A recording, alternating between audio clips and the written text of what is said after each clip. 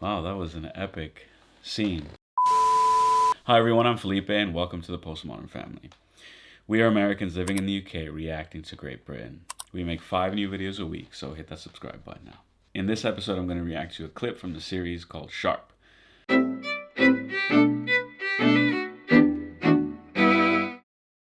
Well, as you can tell, I am alone.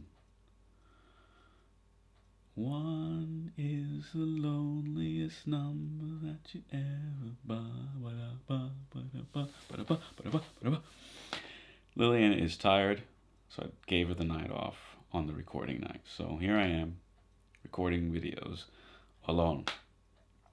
But I enjoy recording with her, and I enjoy recording on my own. So you get to see both sides now. So now we've seen, I think, the first season of Sharpe.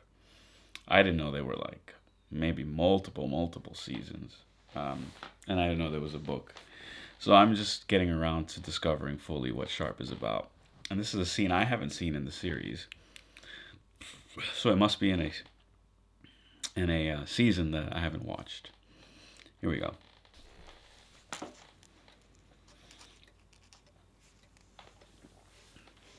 Continue, Sir Henry. Well, sir, on first sighting the French, I naturally gave the order to advance. That's my style, sir. The South Essex crossed over the bridge and engaged the enemy. Major Lennox panicked. So then I fell back in good order and destroyed the bridge, sir.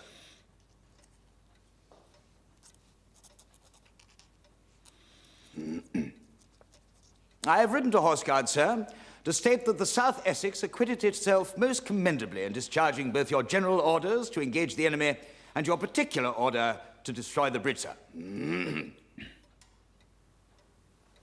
Did any officer distinguish himself?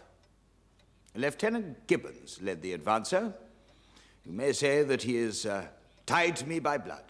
But is it a tie of blood to tie my tongue and rob a brave man of his just reward? No, sir. I recommend Lieutenant Gibbons be gazetted captain, sir. And Lieutenant Sharpe? Lieutenant Sharpe didn't, sir. He was cut off when we destroyed the bridge. This is a report from Major Hogan, which differs somewhat from your account, Sir Henry. Major Hogan is merely an engineer, sir. Major Hogan's coat buttons up tight over a number of other duties, Sir Henry. Major Hogan reports a number of losses, Sir Henry. He says you first lost your head, and instead of destroying the bridge, you marched over it. He says you then lost your nerve and ran from a small French patrol. He says you lost 10 men, a major, and 2 sergeants. He says you finally lost your sense of honor and destroyed the bridge, cutting off a rescue party led by Lieutenant Sharpe. Major Hogan leaves the worst to the last. He says you lost the king's colors. The fault was not mine, sir. Major Lennox must answer. Major Lennox answered with his life, as you should have done if you had any sense of honor. You lost the colors of the King of England. You disgraced us, sir. You shamed us, sir. You will answer.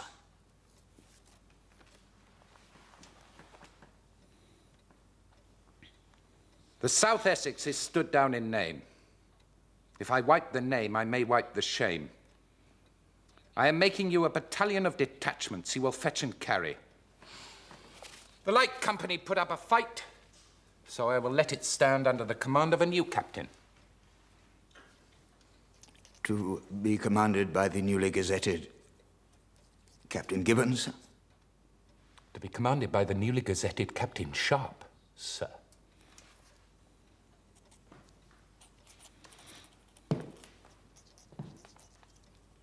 I have a cousin at Horse Guard, sir. And I have friends at court. The man who loses the king's colors loses the king's friendship. You have 2 choices. To hide in England or be a hero in Spain. I shall help you to be a hero. We had a skirmish with the French today. Tomorrow we shall have a battle. You will be the first to see a French column, sir. It is not a pretty sight. What you do then, sir, is up to you. Good morning. Amazing.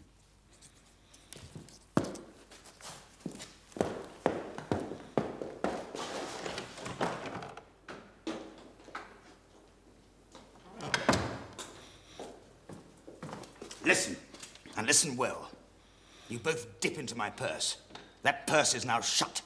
It will stay shut so long as Sharpe struts around sneering at the Simpsons. You understand me? Leave Sharpe to me, sir. Nice. Wow, that was an epic scene. First comment is, one of our previous videos on King George,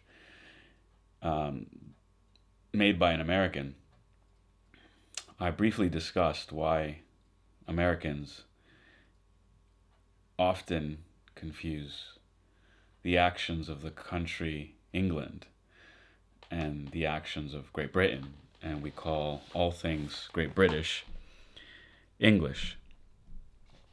Now, interestingly, in that clip, the man behind the desk says, "You lost the colors of the King of England." Some of the people in the comments of that other video said, at some stage in the last, I think, 300 years in the 18th century, the monarchy became British and stopped being English. And I think this is 18th century, and the man behind the desk said, "You lost the colors of the King of England." So I don't understand why people insist on correcting in the comments that interchanging Great Britain with England, is it anger, frustration, embarrassment that England essentially rules Great Britain, even though monarchs have come from Scotland and Wales and wherever? The seat of power is in England, and so and the parliament that rules is an English parliament.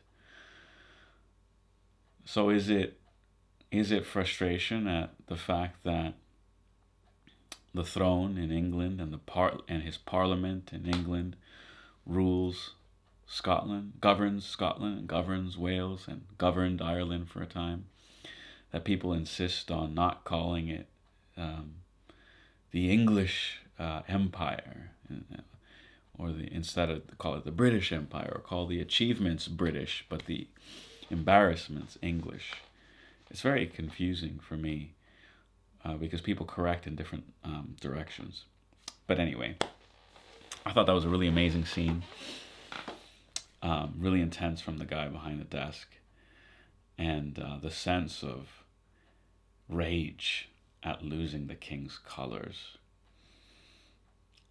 That's something I remember when I was in the services, and we would parade, or we would do PT, and we had the flag bearer at the front, and how important it was that flag never touched the ground, never was abandoned. And that tradition goes way back to the legions, if not previous, the Roman legions. It's a sacred tradition that the colors of the king or the emperor are never to be lost, and always to be taken if your enemy ever has a chance. So I thought, I'm going to watch. I think I'm going to buy the box set. I really love Sharpe. Really love Sharpe. Thanks so much for watching this episode. We hope you enjoyed it. Leave your comments. Leave your favorite Sharpe scenes down there. I'm happy to see them. Bye.